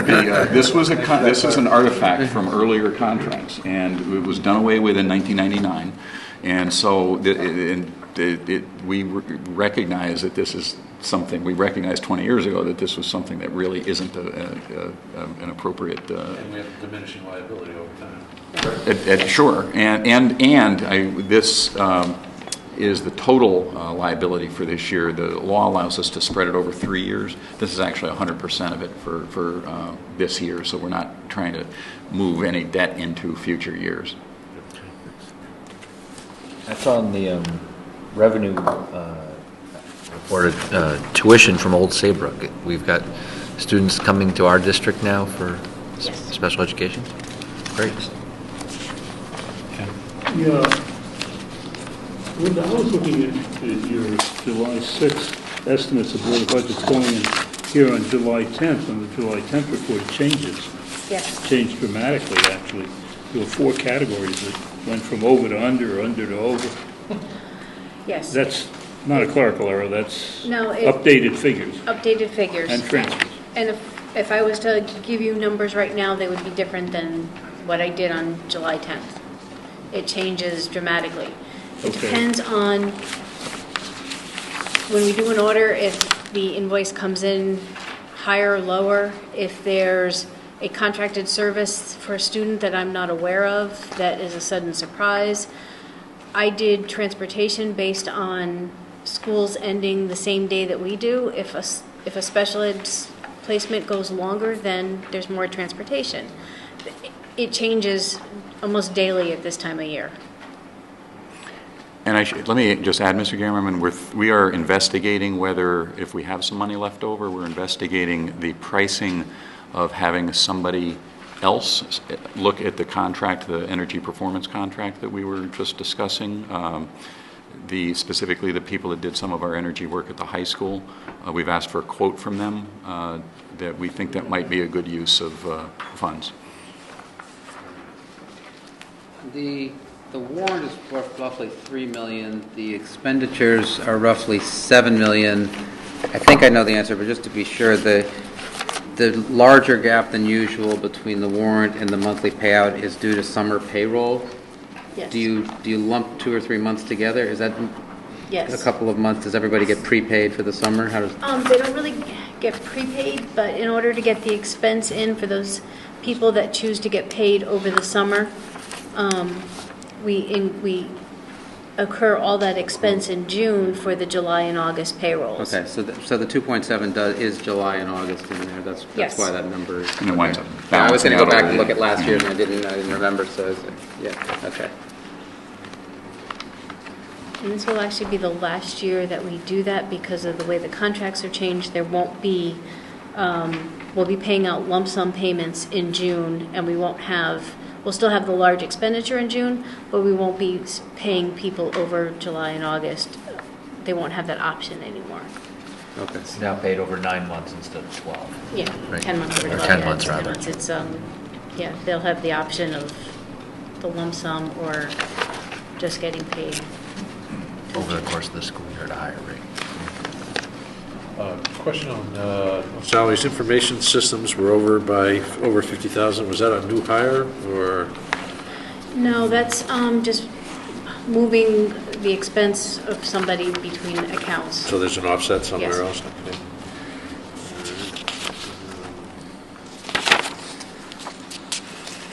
The 288,000 that from 2016, which you were entitled to but didn't get in 2016, that was applied to the revenue number for tuition? It was Or- allocated between tuition and a little bit to transportation. Okay. I see it. What accounts for, just in general, the inverse direction of the salaries being lower than the prior year and the employee benefits being higher, especially in the context of, aren't the medical benefits included in employee benefits? I thought we did. Benefits went down. Yes. Yeah, I realize that. Employee benefits, this says, your note says employee benefits are higher than the prior year. But then 4 days later. Is that they Ken's went down. point? That the numbers change? Yeah, on June 10th, you can see it. July 10th.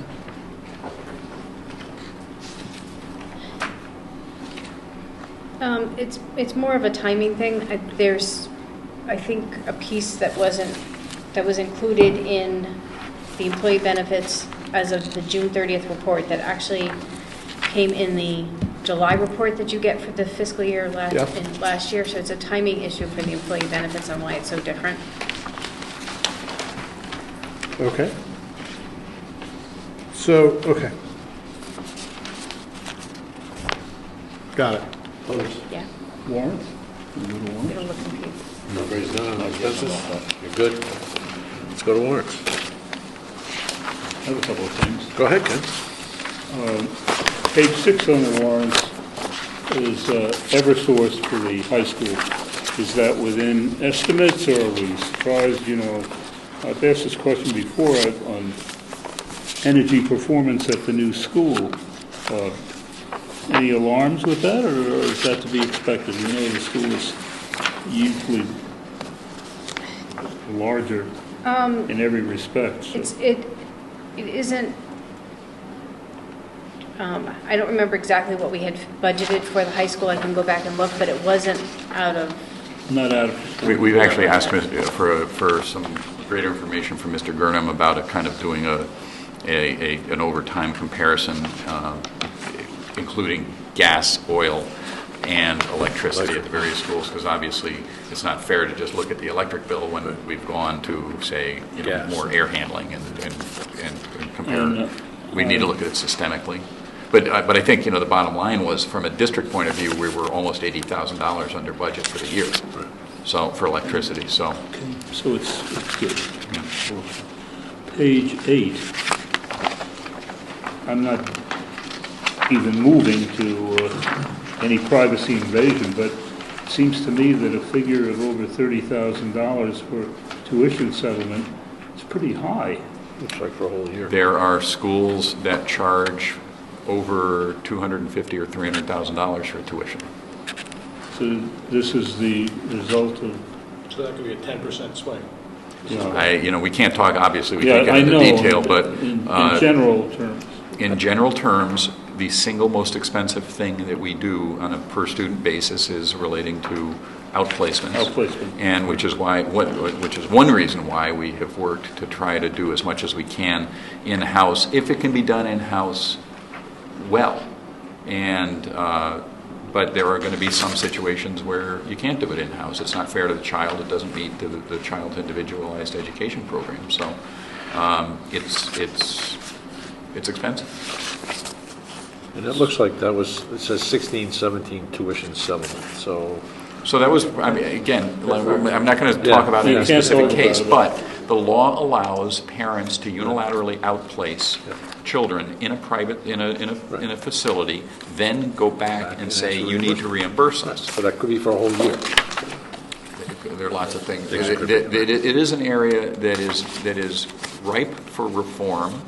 And then we have to prove, the burden is on the district to prove that we couldn't have provided the service. It's not. But the point is, that's not a payment. That's a settlement. That's a reimbursement. It's a reimbursement, so it's not a direct payment to.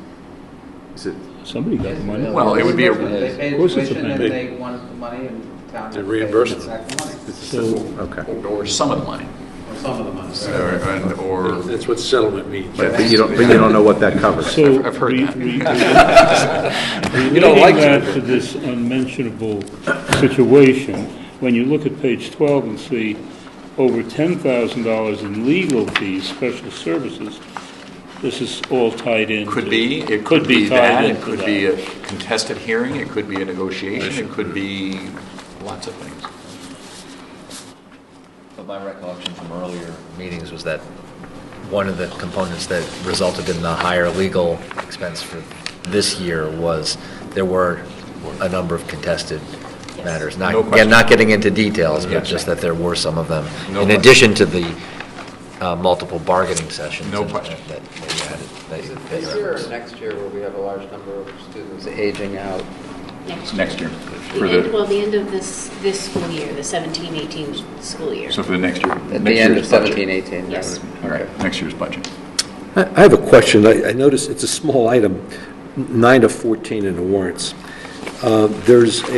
It says name removed for privacy. Can someone, for mileage reimbursement, can someone request that and get that? No, that's not an employee, that's a parent, a special ed parent. So, But isn't this kind of private? I mean, who else gets this? This is basically Finance Board of Ed, I guess? that's public, I would say it's I public.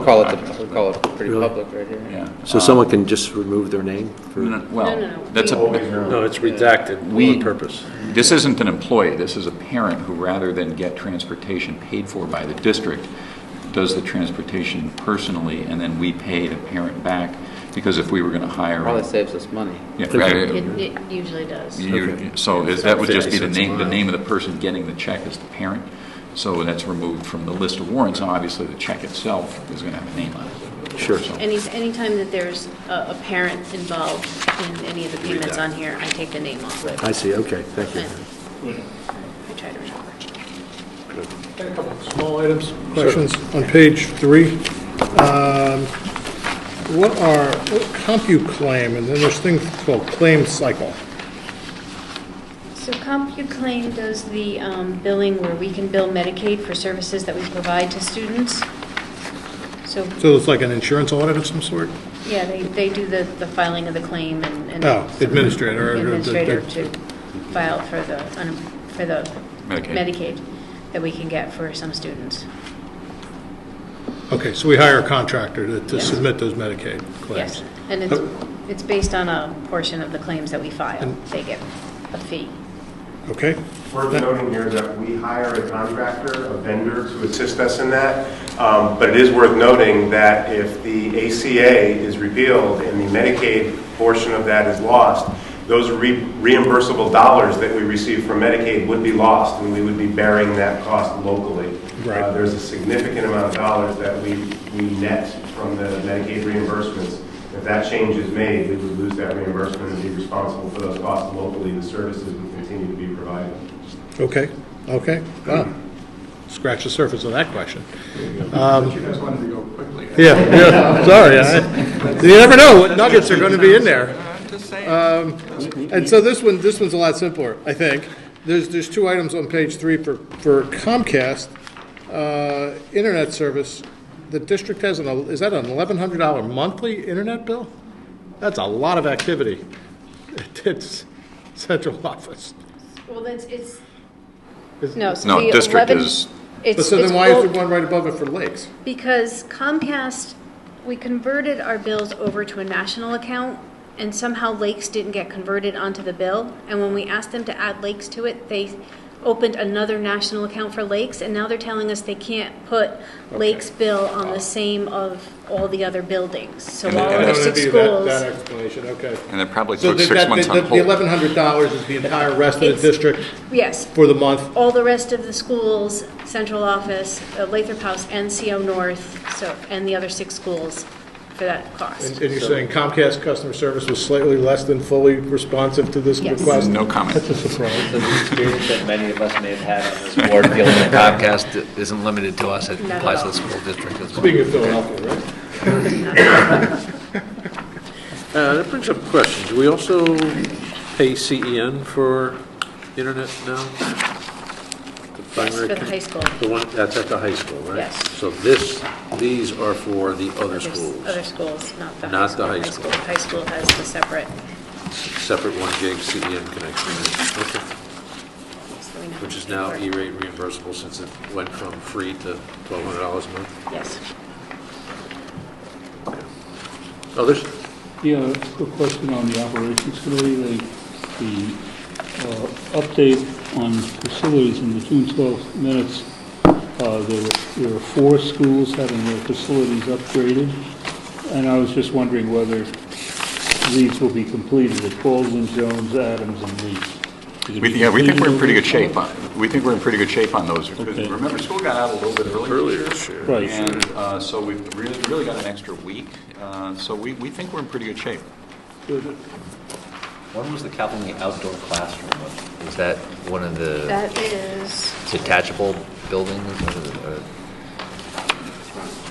It's some outdoor seating, an outdoor display board, and some privacy fencing that's going up on the end of, one of the far ends of Elite Hallway, and it was primarily funded through PTO, and we matched some site work to go along with it. It'll be benches outside. It's more of an amphitheater. So it's than- an actual outdoor classroom? Correct. Yep. Saw that you, in June, you had 2 more retirements, teacher retirements, and you said the number is what, 9 or 10 right now? Is that total? What did we estimate in the budget was being done? How many? 5? Yeah. I'd just like to remind everybody, though, that not all of those 10 were in low. Some might have been yeah, STEM, you know, one special ed. World language or something like that? Well, if it's in a science or a math, I mean, we just did some hires, and, you know, with There's no the savings. English, we were hiring new teachers, but with math and science, you just can't do it. It's just not, special ed and world language, you can't do it. So it's an awkward, to say, well, there were 10 retirements, so it's great, but how many were in the entry, where we could replace with entry-level teachers? And, I'm sorry? Less than half produced. Probably about half, I would guess, just off the top of my head. You know, and the principal retiring, that's no difference, because those are contractually set. So, Good. Anything further? Hearing none. Thank you very much. okay, thank you. Thank you. So is there a motion to accept the report of expenditures for the Board of Education for June 2017 in the amount of $7,352,440? So moved. Second. All in favor? Aye. Opposed? Abstained? Recusals? Passes. 3 minutes or less? No. Revenue. Last month, I think you said was it about 400 you thought? Said about 400, we're at about 560 at the Saw moment. that. Is that going to get any better, or is that it? It's possible. Both, just like say in general, at this point, we are, if you look at our reports, exclusive of the Board of Ed numbers, because our numbers are not up to date at the moment for Board of Ed, so I won't speak to that. So exclusive of the Board of Ed, we're showing a surplus of just under $1 million. But through the first week of August, that'll be fluctuating. Expenses will go up. Maybe some of our purchase orders will go away. We will have some more revenues, but that will really trickle in small dollars for the rest of the time. So that number will fluctuate, and I will be reporting again in August for the month of June. So, but yes, on the revenue side, we have brought in approximately $560,000 more than we budgeted. If you look at the police and fire revenue lines, they have caught up and are now have now brought in more than their budgeted number. The only line that has stayed under budget this year is Park and Rec. Yet they have brought in, comparable to prior years, the same amount that they have. I am noting, as when I look back historically, that they haven't reached their revenue number. I think that's a revenue number that we're really going to have to look at. Obviously, next year's budget is already in place, but for FY19, I'll really be looking at all of the revenue line items and trying to make them realistic if some of them aren't. And I think Park and Rec is one of those. And we actually increased it for FY17, and we didn't even make our 16 numbers. So, I don't like to look at that number and say Park and Rec didn't bring in what they were expected. They've brought in what they have historically. The good news on that is that it's 20% higher than last month. Yes. Well, that's beach passes. Beach pass, whatever it is. Pavilion. Well, correct. Obviously, it makes sense. June is when we're, maybe selling some more beach passes and some slips down there, for the kayaks or whatever Guilford people put down there. So yeah, that only makes sense that June we would build that up. So. Fire department's a month in arrears, so we can expect additional revenue from fire department? It's possible. We are somewhat up to date with the fire department. We have been pushing for that. So there will be some more revenue. I don't want to promise another month, though. Good. All right. Anybody else have questions on revenues? Any others? Let's go to expenditures. So on the expenditure side, if you just look at the town total, we're about $360,000 under where we're expected at 99%. Like I said at the beginning of my comments, we will have some additional expenditures through the beginning of August. The encumbrances will go down, and that number will fluctuate as we go forward. Specifically working with engineering on their purchase orders, considering their budget is showing overexpended at the moment, so we want to make sure that we try to work towards the end of the year not having a minus in front of their number. So we are working with them. I have also, if you look at the fire department is over mainly on salaries. They are $84,000 under budget. If you net out all of their salaries, replacement salaries, if you remember, as we discussed through the budget, has again historically been budgeted low. We've worked really hard with them for the upcoming budget to bring that number to a better place. So we're hopeful that next year might be the first year where we can balance out the salaries. So because we did bring that up to where we really think it should be. What's driving operating supplies and fire being $23,000? I know there's an encumbrance of $10,000, but they're $23,000. Yeah, in the red. And sometimes what happens is, they have all the different budget lines. If you see, like, training is low, if they know they're not going to, use money in another line, it's an opportunity for them to get something that they might not have needed. I don't specifically know what's in that $23,000 to make that go over, but again, it's another encumbrance. We're working with the fire department to see if we can minimize that. Right. And police is going to be under budget substantially? Yes, and we also, hope to revise their budget for their salaries. Even though they'll have money left over at the end of the year, I would still like to make that revision to their budget so that when we're comparing year to year, their number this year will be accurate. Otherwise, it skews the numbers as we go forward. All right. 1 minute left. Another question, come on, that can be asked and answered within a minute. I did, actually, it's a reminder, on reval. Yes. Could you just remind me again, the reval went from, we had budgeted 50 and it's at 98. So What- 5 years. We have a reserve for reval, so each year we were budgeting a certain amount, so that'll be covered at the year-end transfers. Okay, that's right, okay, thank you. I have a 1-minute question. Well, Now you're 30 seconds. Out of time. Okay. Cut it.